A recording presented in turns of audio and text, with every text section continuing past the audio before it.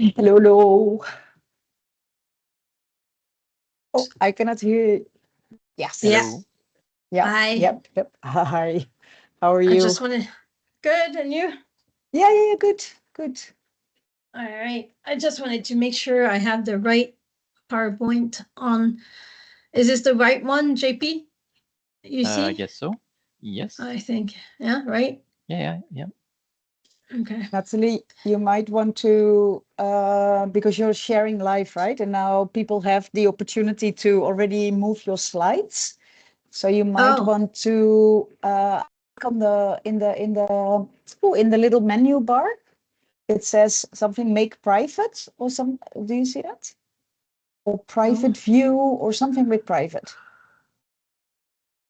Where? Where Just put it on the it first slide, Natalie. Put it on the first slide Mm. because here was saying. so where it says not Oh, yeah, private view. Okay. private view, yeah, then people are not they cannot sort of scroll through your presentation while you are presenting. Oh, yeah, that would be nice. Yeah, exactly. I want them to listen to us. Exactly. So let me just make sure we'll be. I'm gonna put some time for the timing. Mhm.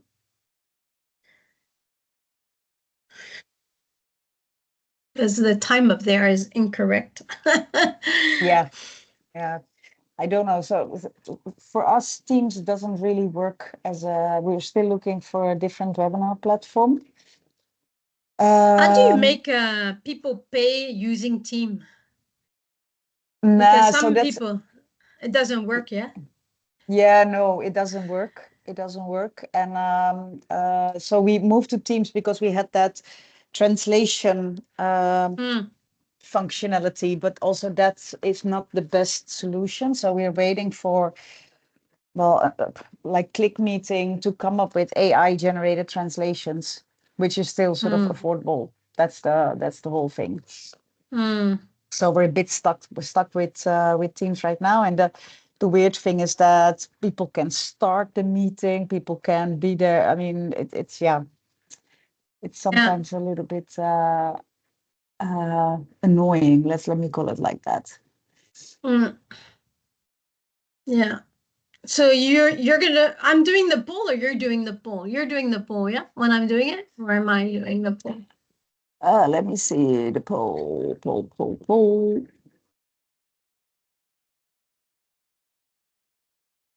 Where's the poll? There was a poll in there. Oh, Mm. let me. Do you see the poll? Well, it says polls, but let me see if there's anything.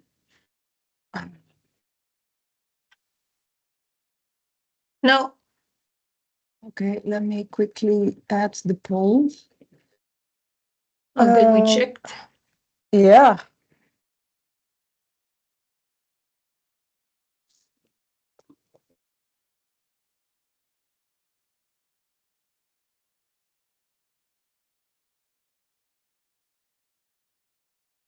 Um,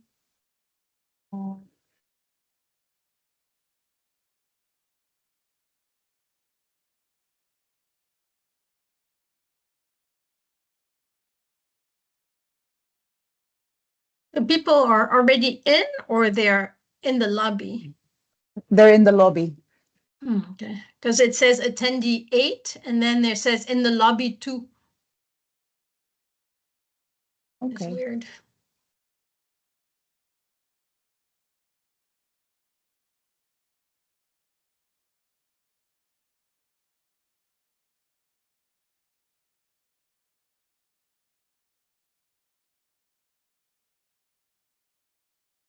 I now really need to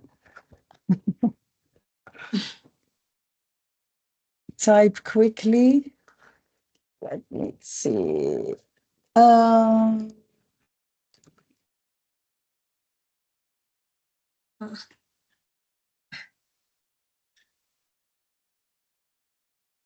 JP, should I introduce you, or you're going to introduce yourself at the beginning? you Or Rose is introducing us? Yes, she's Yes. introducing us, so we're good. All right. Percentage of vehicles that are currently. Oh,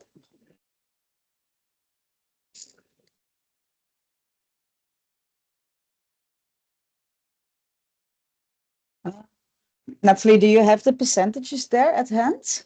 No, but you know what? I guess we could do 0 to. I mean, it's like I got 0 10. to, okay, 0 to 10.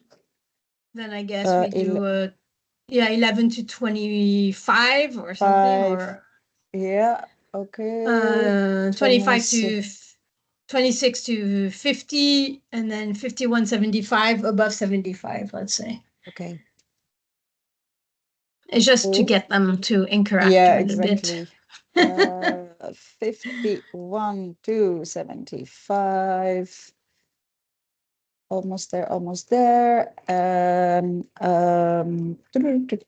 Above 75. Okay, I'm gonna save it. So are you the one or me doing it?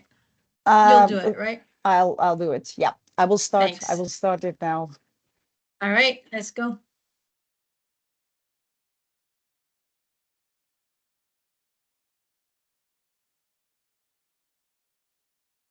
Good afternoon, everyone. Welcome to this Wednesday webinar.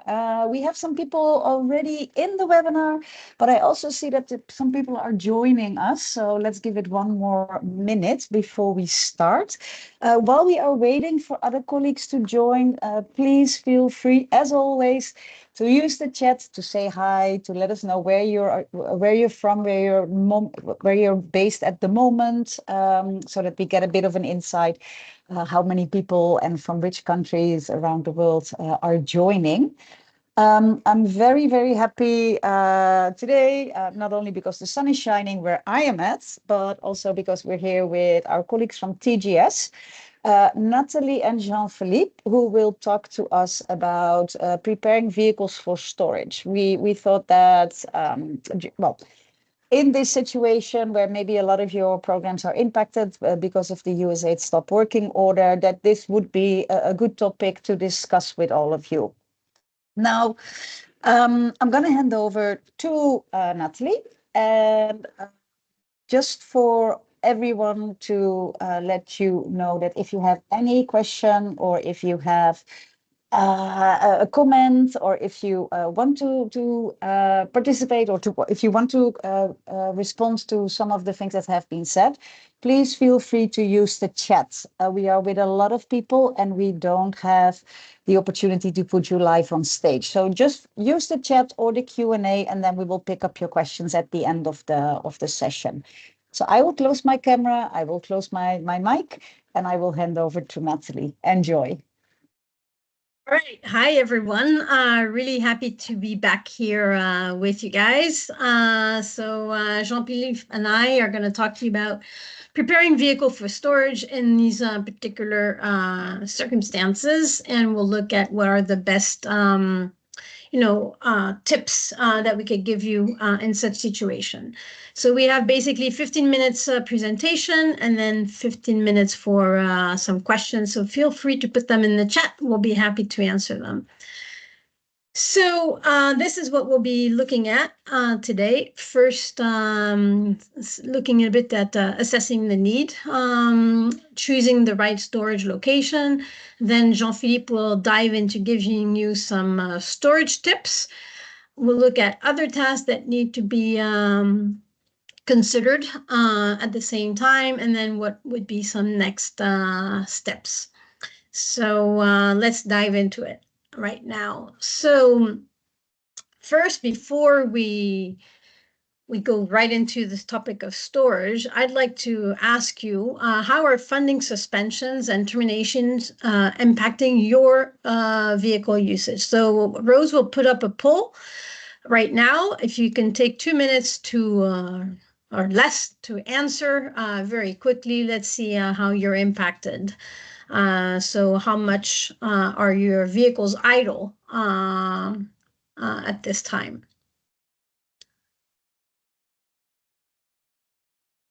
All right, somebody dared to put an answer, so I'm waiting for all of you to do the same. So we know that often with humanitarian organizations, right, we have project vehicles, but we also have shared vehicles for support. So we're looking at your whole fleet, right, and how they're impacted. Okay, so I'm not sure if everybody's put in their responses. We have 11 as of now, 12.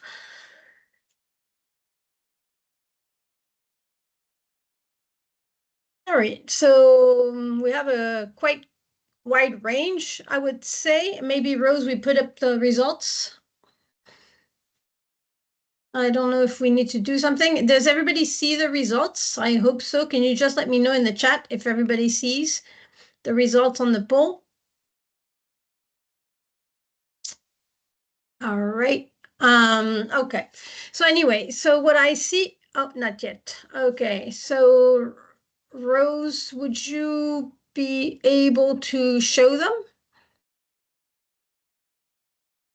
No, that I'm not able to show them, but they are in the chat. So people, if you go scroll Okay. through the chat, then you can see that there are 18 responses at the moment.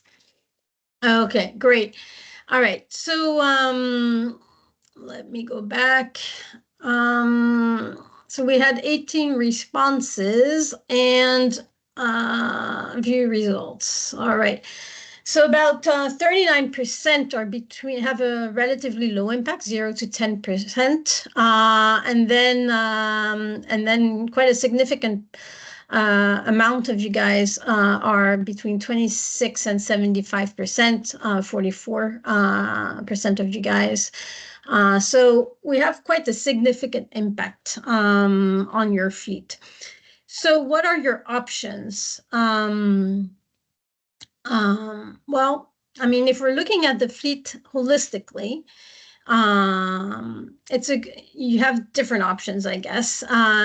You could sell your vehicles. I'm just going to list them. You can donate them. You can loan. You can maintain activity with lower utilization. And you can transfer to another location if we're brainstorming a bit. And you could obviously store. When you're choosing the best solution for you,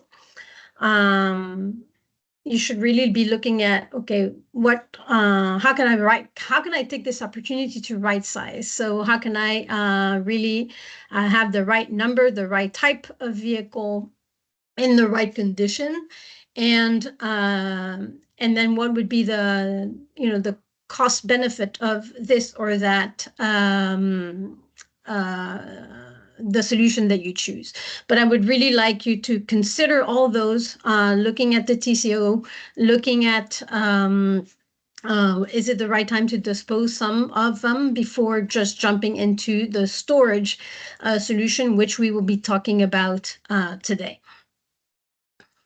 So if you are going to go for the storage of vehicles, it's a good time, as I said, to look at why would you choose to store this vehicle. So that would depend on your future use plans and any activity plan that you have. You obviously would want to store vehicles that are worth the value of storing, and that you don't store these old vehicles that you have in your backyard or in your garage. Those might be a good time to sell them or to dispose of them. So really to keep the vehicles that are in good condition. You would have to obviously look at your storage cost. Is it worth storing these vehicles? any regulatory compliance issues that you have, and do you have the availability of storage. Remember that even if you have some vehicles that are stored, you're incurring some cost, right? Because you have your total cost of operation, which is your operational cost, disposal cost, and acquisition cost. Within your operational cost, you have those fixed costs that are going to keep on running, whether you are actually using or not these vehicles. So these are some of the criteria for choosing which vehicles you would might want to keep. Let's continue. If you are looking now at those vehicles and seeing where you want to store them, you have to obviously look at choosing the right location. The preferred solution is a private, covered, shared, shaded space, and you need to make sure that your keys are also safely stored, that your trackers are taken care of, maybe dismantled, or that you have seen with your provider. We'll talk about that a little bit later. And if you need any kind of alarm. So these are just for the location. Now So it's I'll up take to the JP. lead. Yeah, sorry. Could you just move back one slide back, please, Yeah, Nathalie? go ahead. Hi, everybody. Just so to continue on what Nathalie has just said, we talked about choosing a place where you're going to be storing your cars. What will be important is, of course, depending on the environment where you are, to try to be careful also at the weather. If you're in a very, very hot and humid country, it is important when you're going to be storing your cars to try to leave your windows a little bit open. This is only 1 or 2 centimeters open. It's just what you want to do is to be sure that the airflow can circulate in the car, because what you're going to be looking is trying to fight against what is going to be the moisture, the smell that you can have, and then also to protect all the electronic that you'll have on board on your car. So this will allow it to reduce the accumulation of what will be the humidity and the moisture that you could have. Next one, Nathalie, please. What is important also when you're going to be storing your car is also talking about if you're going to be storing your car for a long period or for a short period. We will have 2 different approaches when we're talking about parking the car for the fuel. When it's going to be a short-term parking side that we'll just keep a sufficient fuel in the tank, just to be sure that you will be able to restart the car correctly. But most importantly, usually, is also to re-put also some clean fuel in, some new fuel also in the car, and it will help to restart correctly. But what happens most of the time, if you're going to be parking the car for a much more longer period, you'll have all the fuel and the contamination that will be going down. So this will also have an impact on when you're going to be starting to restart your car. And when you're going to restart your car, this is where usually most of the time, if you're going to be immobilizing a car for more than 6 months, most of the time we're going to be like in some situations draining the tanks, but most of the time just mixing it with some new and fresher fuel that will allow you to start the car more easily also, and to be sure that your filters will be cleaning the tanks and the fuel, with all the moisture that you can have in the tank. Next one, please. One important thing also when we're talking about parking the car is also the tire. Most of the time, what we're going to be doing when we're going to be parking a car, we're going to be parking the car with about half a kilo, 500 grams, 1 bar above what is the tire pressure that you want on your car. So why are we doing this? Because again, tire pressure, tires are working with the time. And what you'll have is that if you're parking the car and not moving the car, you can have a deformation. You can see this on the picture of this tire of this car that has been parked for a long period. The tire and the rubber will be working. Next one. So what it will be important is that when you will be restarting the car, it is also to be sure that you're going to be checking the car also. In a good way of doing it, if you were parking the car for a very long period, it would be nice also to park or to move the car on a regular basis, just to be sure that the tires would have a rotation, or also, if it is the case for a very long period, put the car on stand just to be sure that you don't have this deformation that will be happening. But in any case, when you're restarting a car, you'll have to check the tire pressure, and you'll have also to have, for the first drive, a smooth drive to be sure that you have no deformation, no cracks, and you'll check this also once you've done your first tour. Next one. When we're talking about parking a car also, handbrake has an issue, especially in humid countries when you're going to be parking the car for a long period. Depending on the system that you have on your cars, you can have cables that can rust. And when you're going to be undoing your handbrake, the wheels will still be locked, the brakes will be still locked. That's why usually when you park a car for a long period, we don't put the handbrake. We usually just leave a gear. If you have an automatic gearbox, of course, there you will have you will put the car on the position in gear. But usually we always put the car in gear to be sure that we're parking the car correctly and not using the handbrakes. Next one. When we're talking here about batteries, one principal element that you have to know is that usually batteries dislike inactivity. So there is a discharge that is going to be coming automatically if you're not using the batteries. So most of the time, we're always thinking of disconnecting the batteries. Next one, please. So when we're talking about disconnecting the batteries, here again, the first thing that you would have to do is to be sure that you're looking at the owner's manual. There are different techniques when we're talking about battery. Battery and electricity is something that is sensitive. There is two types of vehicles. Most of the time now with the modern cars, you're on the option 2, but let's say talk about the option 1. Option 1 is a car that is old generation. You don't have ECUs, you don't have electronics, you don't have a smart key. So most of the time we will disconnect the battery. If we disconnect the battery, we take off the positive and after the negative, sorry, first, and afterwards we'll take off the positive. And when you're going to be restarting the car, replugging the car, it will be the opposite. You'll be putting first the positive and then the negative. So those are the cars that don't have an ECU.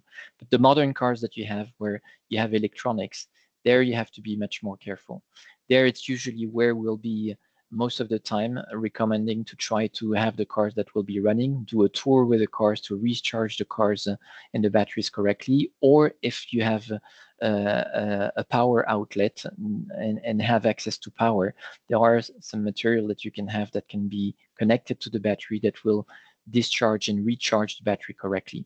You can of course take the option of unplugging the battery and not having the car that is plugged. But remember that if you're doing it for a too long period, more than 6 months, automatically when you're going to be replugging the battery, there you'll need to have the ECU and an OBD system to be able to reprogram everything and restart the car, because the computer and the codes will be probably touched. So it will be, you'll have to have a specialist that will be restarting the car also with that. Next one. In any case, when we're talking about restarting the car, before restarting the car, once it has been parked for a period of time, you will be performing a daily inspection. During a daily inspection, like you usually do, checking all the points for the leaks, for all the levels that you can have for the tires.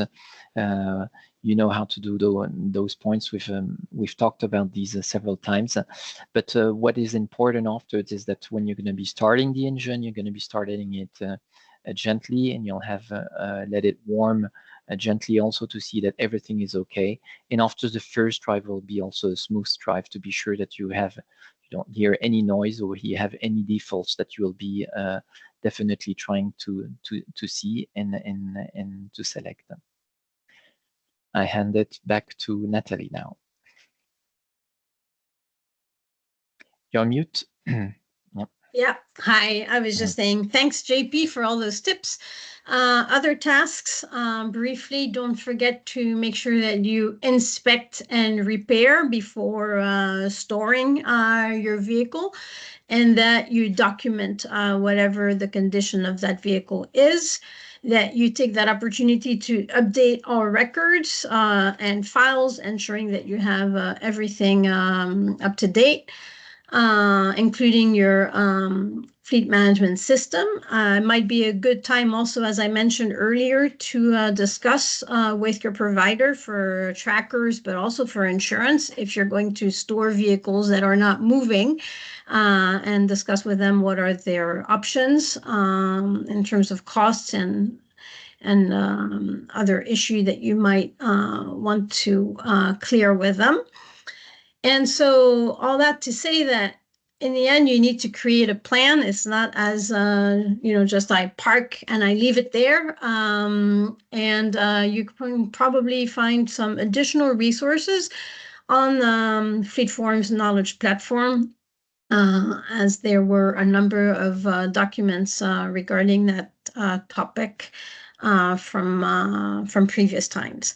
So this is it for our presentation. Thank you. You can contact us at these email address, and you can also have a look, if you wish, at our new e-learning platform, and we'll take some questions. I guess, Rose, should I just pick from the chat, or you're going to pick? Okay. Feel free to pick as you like. All right. Okay, so I'll just go in order. So JP, Ahmad was asking, are there precautions to consider when storing armored vehicles? I would say yes, of course, and that depends again on the armor that built your car. So again, I can't tell you exactly what you would be checking. Each car are built differently depending on the type of armoring that they have, and each constructor or armorers have their special way of doing things. But on an armored car, you have several batteries. So again, you have several different systems that are implicating electricity. So definitely I would go back to the armor and just ask what would be the precautions on that. And after this, if you're talking about tires, and if you're talking about also elements that you can have on the car, definitely it's the armor company that would be giving you the good advice. All right. Thank you. So Henry is asking, he's saying that you touched a bit on his concerns, basic care for vehicle storage, for vehicles during storage. However, can there be a structured regular checks, and maybe every 3 months, 6 months, at least, to confirm vehicle functionality at interval? Is 3 months or 6 months the right period, JP? Well, I would say that definitely a minimum of 3 months. But Nathalie has mentioned what is the safety. I think what is important is to check that everything is okay with the car on the safety. But of course, if the modern cars that we have, we've talked about electricity, means that what you want to be sure is that the batteries are not going to be discharged. So even 3 months, depending where you are and how the car is old, if you have the availability to just do a rotation of the cars and make the cars moving on a regular basis, it would be good for the car. And of course, each time you would be moving the car, you would be going through a checklist of what is a daily inspection and how things are going for the car. Right. I think you also mentioned that the tires needed to be moved a bit and things like this. So obviously, Henry, you have to bring that time frame down. Okay, let's go to the next one. From John, he's saying that he has vehicles that have been idle for about 2 years, and the donor is about to give them back the vehicle. Do we have to service them before we start the vehicle? Yes. Usually on a normal car that is already used that you have, most of the time we always give a time that is going to be the kilometers between each services, or a time frame, and it's usually the first one that would be arriving to there. So I give you an example. I have a car. It tells me that I have to do here my service every 10,000 kilometers, for example, or 1 year. So it means that even if I'm not doing 10,000 kilometers in the year, after a year, I'm supposed to do a service. So definitely for a car that has been stored for 2 years, a service needs to be done, and you have to be checking everything in the lubricants and everything on the car. Okay, great. And Cyrus is asking, when you disconnect the battery, how long should one expect the charge to last? Sorry, I didn't repeat the question. Yeah. So when you disconnect battery, how Yes. long should one expect the charge to last? I don't understand the last part. When you disconnect the battery, when you disconnect the battery, you don't have the battery. After you have a battery that will be a memory for what is going to be the ECU, and that depends on the different type of cars that you will have. So that goes back to the computer in the system that you have. But then from one car to the other, it can change. So I don't know the exact, depending on the car that you have. But it's why we usually, for cars that have computers, we have devices that where you will be connecting the battery so that it will be automatically discharging and recharging this. But definitely after most of the time, more than 3 months, usually you will have to 6 months, depending on the car, you will have no ECU and everything that will be raised. So you will have to restart and use a no BD to re-put the codes to be able to start the car. Remember a smart key that you have to start the car. It's communicating with the ECU. So even if you had the battery that was disconnected or you're changing your battery, you have a lapse of time where those batteries in the ECUs can keep this memory codes, but after more than 2 to 3 months, this could be just the memory would be erased and you would have to restart everything with an OBD. Okay, great. And then I'll take one more, which was not addressed to us. It was from Andy to all the participants, but I'm curious on your thoughts, JP, on that one. So I'll ask you anyway. Has anyone used or thought about using fuel stabilizer additives? I don't know how to say that in English too well, for long periods, 3 months plus. What are your thoughts, JP, on that? On fuel additives? Fuel additives is always a fuel additive, but again, it depends again on the quality of the fuel that you have at the beginning. So, depending on the country where you are, if you are having bad fuel, you will have some sediments that will be there. Definitely, fuel on the long term, you're losing quality of the fuel. That's for sure. On the quality of the fuel. So it's why most of the time for short period we advise more to have more the tank that will be more on at the top level, and you'll have less condensation and elements that you'll have. But most of the time it is on a long period, depending on the quantity of fuel that you have. We're talking about tanks of cars here, and we're not talking about big storage of fuel. But if it's on the cars, it is better to just like we said on the long period, have less fuel in the tank and just drain it or mix it with a much more cleaner fuel and maybe put additive here to help to clean it when you'll be restarting a car. But adding fuel additives for a long period, that's not something that I would do. Okay, and then it's not a question, but it's a tip that I want to make sure everybody read from Simon about AVs. He's advising everyone to leave the hood open so you can get to the battery, as you can't open the doors without power. So thanks, Simon, for that.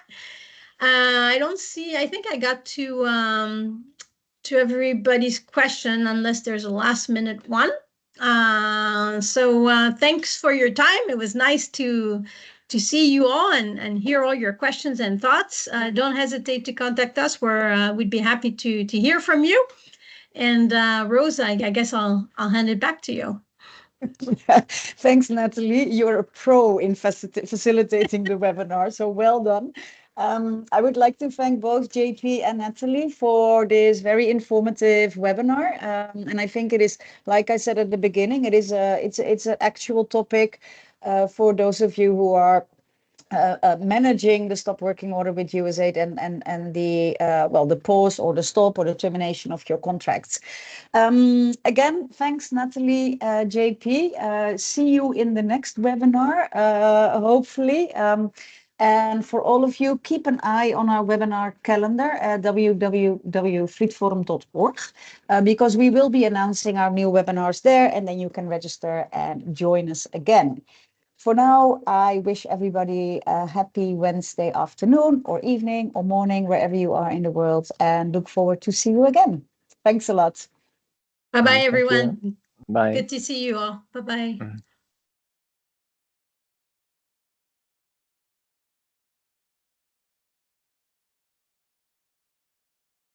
All right.